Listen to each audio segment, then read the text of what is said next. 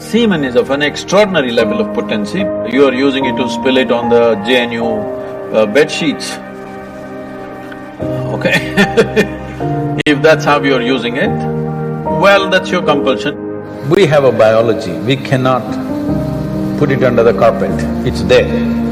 Body has its needs, as there is physical hunger, so there is sexuality, but to what extent is your choice. So in the yogic culture, this is called as virya. It is one of the most potent things. Obviously, it has a potency if you know how to explore.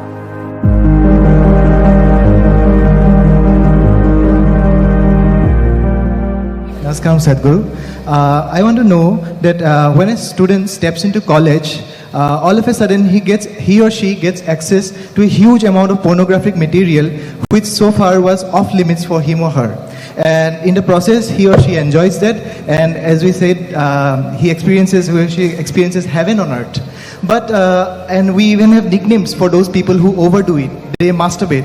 We overdo it sometimes. So how do we know how much of that is good or bad? And so can we have the truth about masturbation?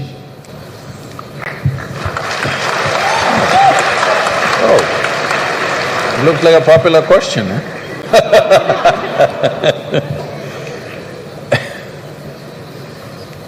See, we have a biology, we cannot put it under the carpet, it's there.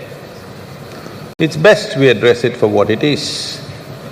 But right now the problem in the world is because certain religious institutions in the world took this attitude that the very biology of the human being is wrong. Because of this, culture started hiding it under the carpet. Well, in this culture we never had it, but after the British came and left, we became more prudish than the British. But before that, if you look at our temples, all the outside temple art is all pornographic, if that's what you want to call it. But we don't call it pornographic, we are only talking about the various dimensions of human biology. Because we don't see it as wrong, but we see it as the periphery of life. If you stay there only, you will stay on the physical dimension forever, you will not explore anything else. So in the temple, always it's the periphery. You are supposed to look at that and understand it's the periphery of life and try to make an attempt to go deeper, but at the same time not to be in denial of it. Not to glorify it or not to be in denial of it is the most important thing. But in your college, watching these things on the whatever, your internet or whatever, people tell me that somebody told me, I don't know if these percentages are correct. When I was asking, what is the content? I was trying to understand the internet and its content. What is the real content on the internet? They're telling me, you should know, they're telling me 70% of the content on the internet is pornography. Is it so? Is it so? You must be the expert.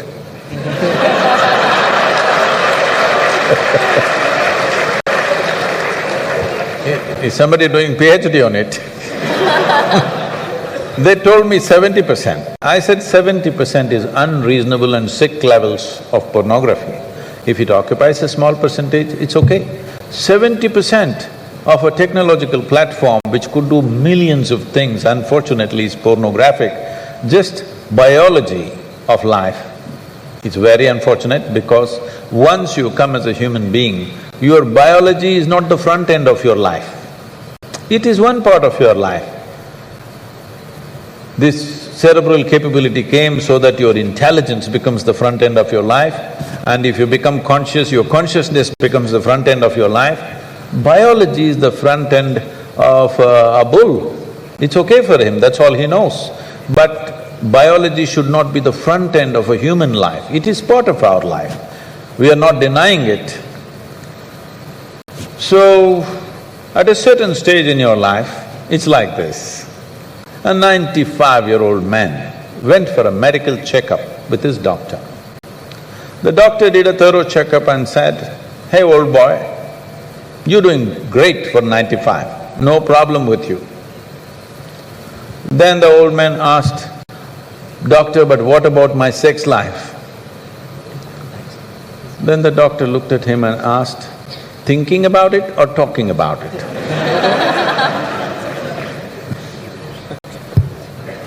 So at different stages of life, there are some times you only think about it and talk about it, there are some times you indulge in it. These are passing phases of life. How much of it is needed for you, you are the best judge. But at the same time, you came here not to explore your biology. At least you should have gone to MSc in biology. You shouldn't be wasting your time in a technological institute exploring biology. Does it mean to say you don't have biology, you don't have biological needs? You have, it's fine, but it must be on the periphery. It should not become the core of your life because it will reduce you in the sense a creature which was purely biological evolved into a place which has an intelligence of its own beyond its biology. See, animal intelligence works for its biology alone. How to get its food, how to get its mate, this is all its entire life is. If human intelligence also functions like that, you are bellying the evolutionary process. You are seeing how to go back, take the evolutionary process backward. Not necessary. This does not mean you do not have a body. Body has its needs, as there is physical hunger, so there is sexuality. You have to address it in some way, but to what extent is your choice. But definitely it should not be the front end of your life because you're rolling back evolutionary scheme of putting your intelligence and consciousness in the front. Instead of that, you're putting your biology in the front.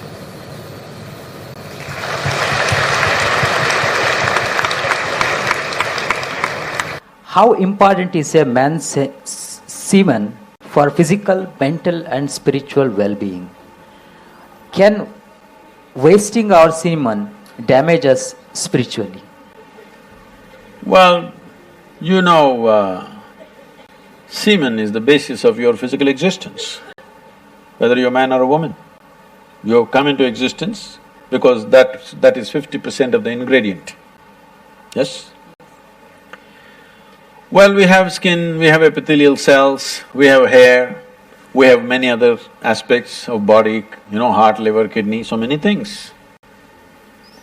All these cells are of a certain potency in their own way.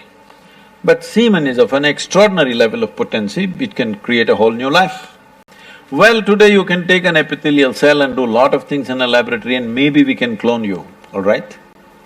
So the potential is here also, but it is not in the same dynamics as it is in a cell, which you're referring to as semen. So in the yogic culture, this is called as virya. Virya also refers to what you call as vajra, which means stability, or diamond, which is the hardest thing. So in the human body, virya is considered to be like vajra.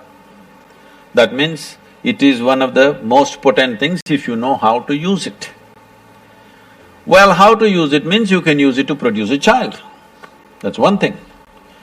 Well, if this question is coming because you are using it to spill it on the JNU bed sheets, okay?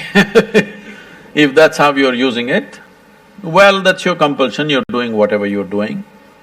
This is not something to be judged morally, that's not the point, it's a question of what is the level of compulsion that one has. But anything in this body, can it be transformed into a different level of function? Absolutely.